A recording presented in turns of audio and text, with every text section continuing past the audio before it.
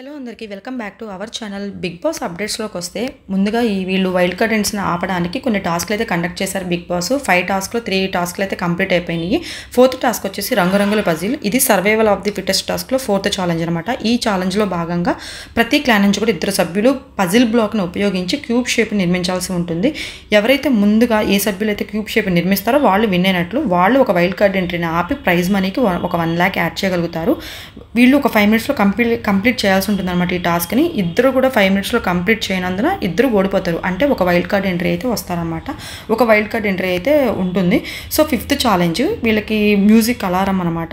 So music sounds కాదు, alarm మోగుతూ ఉంటుంది. అంటే ఇంట్లో డిఫరెంట్ ప్లేసెస్లో ఉన్న అలారం డిఫరెంట్ టైంలో మోగుతూ ఉంటుంది. వీళ్ళందరూ కూడా 20 secondsలో అక్కడ ఉన్న ప్లాట్ఫామ్ మీదకి వెళ్ళి డ్యాన్స్ చేయాల్సి ఉంటుంది అనమాట. కనీసం అట్లీస్ట్ ఒక 5 rounds అయినా విన్ అవ్వాలి.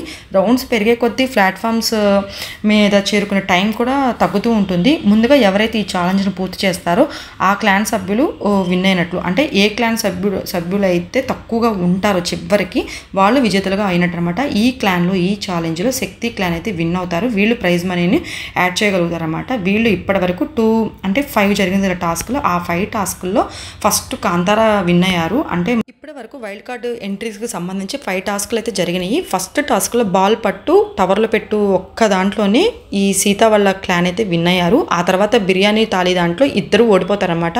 అక్కడ ఒక వైల్డ్ కార్డ్ ఎంట్రీ అయితే వస్తారు. 3rd ఛాలెంజ్ బెలూన్ టాస్క్లో అయితే శక్తి క్లాన్ వాళ్ళు విన్ అవుతారు. పృథ్వీ విన్ అవుతారు. సో వీళ్ళకి ఒక 1 lakh రూపీ యాడ్ అవుతుంది ప్రైజ్ మనీ. అలానే 4th ఛాలెంజ్లో ఓడిపోతారు, ఇద్దరు ఓడిపోతారు. సో ఇక్కడ ఒక వైల్డ్ కార్డ్ ఎంట్రీ అయితే వస్తారు. 5th ఛాలెంజ్ వచ్చేసి మనకు అలారం ఛాలెంజ్ అనమాట.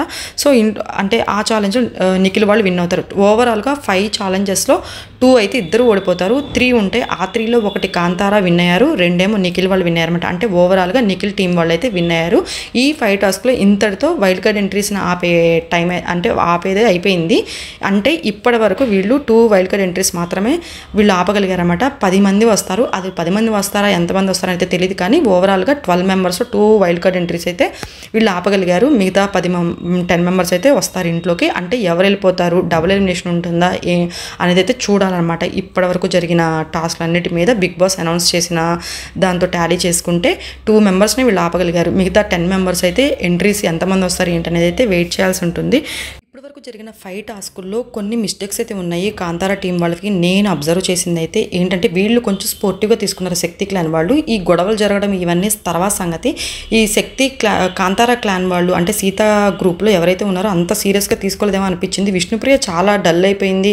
డల్ అవ్వడం అంటే మీన్స్ తను ఈ వేరే దాని మీద ఉన్న కాన్సన్ట్రేషన్ తనకి గేమ్ మీద లేదేమో అన్నట్లయితే అనిపించింది. అలానే టాస్కుల్లో ఒక్కొక్కరు పంపిస్తూ ఉంటారు. ఆ పంపించే క్రమంలో వీళ్ళు సెలక్షన్ అనేది కొంచెం రాంగ్గా సెలెక్ట్ చేసుకున్నారేమో సభ్యుల్ని అని చెప్పి అయితే అనిపించింది. కాంతారా టీంలో సీత కొంచెం రాంగ్ సెలెక్షన్ చేసిందేమో అనిపించింది.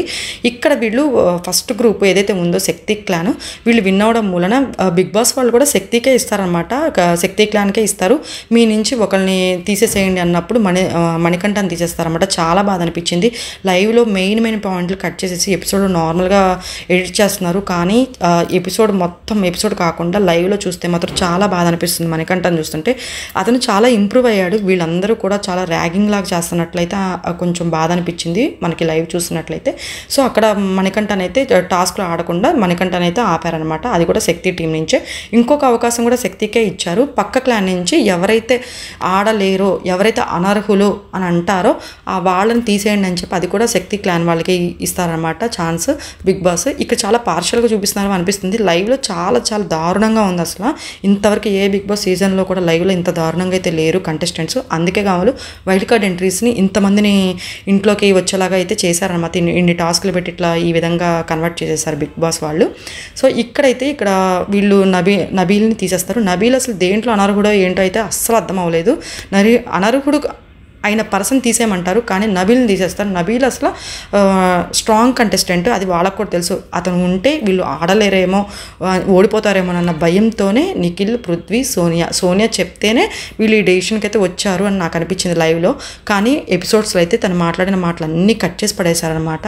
సో దీన్ని బట్టి చూస్తే చాలా పార్షియల్గా అనిపిస్తుంది. లాస్ట్ సీజన్లో శోభా శెట్టి కూడా అంతే చేశారు.